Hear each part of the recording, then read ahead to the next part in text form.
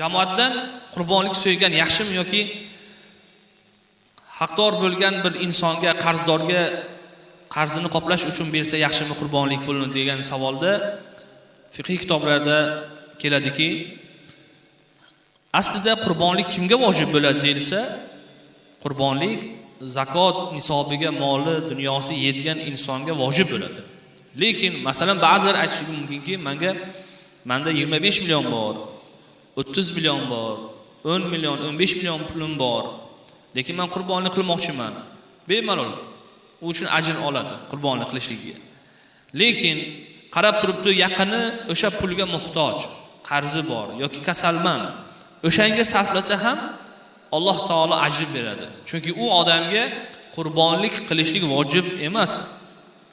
Ya'ni u o'sha pulidan, kam to'plagan pulidan kasal uchun sarflasa yoki kasalni qarzini yopsa, u uchun yana ko'proq ajr oladi inshaalloh taolo.